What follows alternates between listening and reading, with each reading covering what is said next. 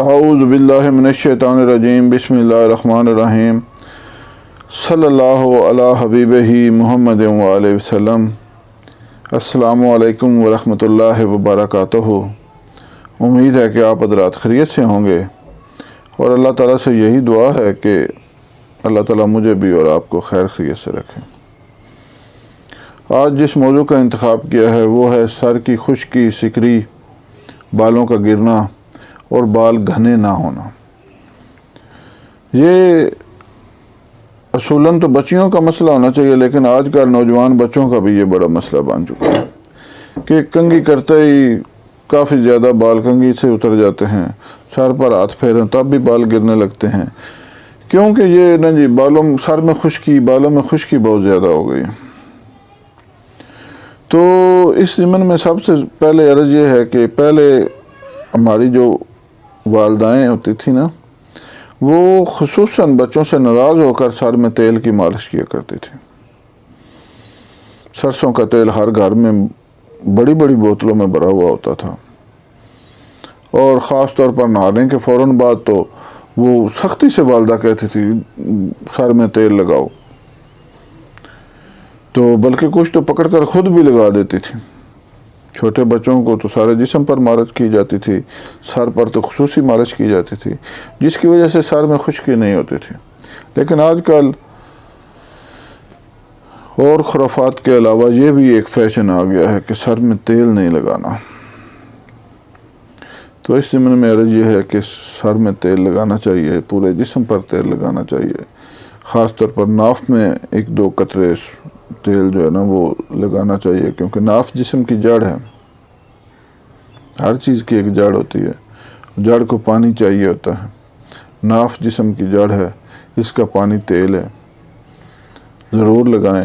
آپ لگائیں گے آپ پورے جسم میں اس کا اثر جائے گا، سر سے لے کر پاؤں تک، اور انشاءاللہ اس سے بہت زیادہ فائدہ ہوگا، آپ کی بہت زیادہ بیماریاں دور ہو جائیں گی، آپ کا قوت مدافعت کمزور جو ہو چکی ہے اس کو فائدہ ہوگا، طاقتور ہو جائے گی۔ تو نسخہ کی طرف آتے ہیں۔ نسخہ جو میں نے آج آپ کے لیے منتخب کیا ہے وہ میرا معمول مطب ہے۔ ہم یہ تیل اپنے مطب پر بنا کر رکھتے ہیں اور ضرورت مند لوگوں کو دیتے ہیں۔ بہت زیادہ فائدہ ہوا اس سے لوگوں کو، اور لوگوں نے 100% اس مسئلہ سے اس سے چھٹکارا حاصل کیا ہے۔ نسخہ سماعت فرما لیں۔ تھوڑا لمبا نسخہ ہے، لیکن آپ بنائیں گے تو آپ کو بہت فائدہ ہوگا۔ بنانا آسان ہی ہے، کوئی مشکل نہیں۔ تخم کاہو، خشخاش، برگ حنا یعنی مہندی کے پتے اور سکہ کائی، یہ ساری چیزیں آپ نے لینی ہے 10-10 گرام۔ پوست ریٹھا یعنی ریٹھے کا چھلکا، آملہ صاف شدہ، یہ آپ نے لینا ہے 20 گرام۔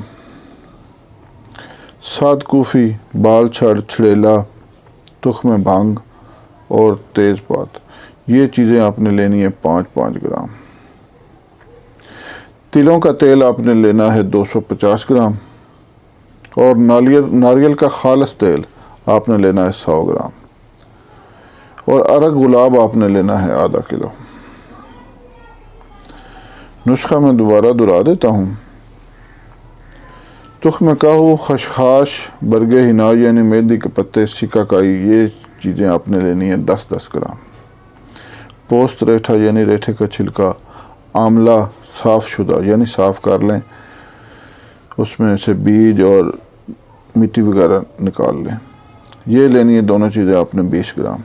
سات کوفی، بال چھڑ، چھڑیلا، تخم بھانگ اور تیز پات، یہ چیزیں آپ نے لینی ہے 5-5 گرام۔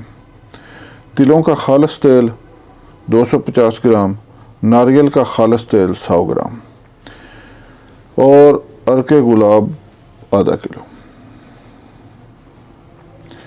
تمام جو اشیاء ہیں سوائے ارک گلاب کے اور جو 2 تیل ہیں ان کے، تمام اشیاء کو کوٹ لیں، اچھی طرح کوٹ کر آپ نے وہ جو ارک گلاب ہے نا ½ کلو، اس میں ان ساری اشیاء کو بھگو دینا ہے۔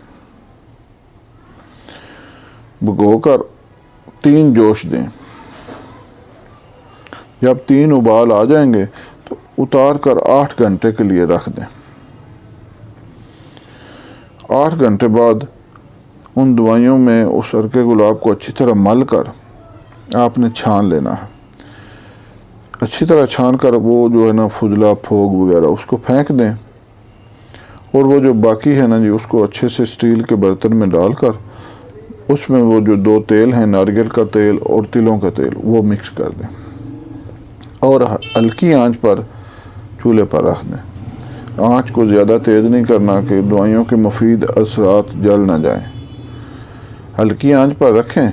جب پانی خشک ہو کر صرف تیل رہ جائے وہ تیل آپ مفعول کر لیں۔ انتہائی بہترین اور مفید اور وٹامن سے بھرپور ہیئر ٹانک تیار ہے۔ یہ جو بازار سے آپ لاتے ہیں نا کیمیکل والے زہریلے ٹانک بالوں کے لیے تیل، ان سے 1000 درجے بہتر ہے، کیونکہ یہ خالص یونانی مرکب ہے، ہمارا بزرگوں کا نسخہ ہے، آج آپ سے شیئر کیا ہے۔ انتہائی مفید چیز ہے، آپ اس کے اثرات دیکھ کر دنگ رہ جائیں گے۔ بچے اور بچیاں جو بھی اس کو استعمال کرنا چاہے، بالکل بے ضرر ہے، فوائد بے شمار ہیں، نقصان ایک بھی نہیں۔ استعمال کریں، اس سے فائدہ اٹھائیں، اور سب سے آخر میں جس طرح میری عادت ہے کہ میں آپ سے ریکویسٹ کرتا ہوں کہ چینل کو سبسکرائب کر کے ویڈیو کو لائک اور شیئر ضرور کریں، اور کمنٹس میں اپنی رائے بھی بتایا کریں۔ مجھے یہ لگے کہ میں کوئی کام کر رہا ہوں تو لوگ اس کے بارے میں کچھ رائے بھی رکھتے ہیں کہ نہیں۔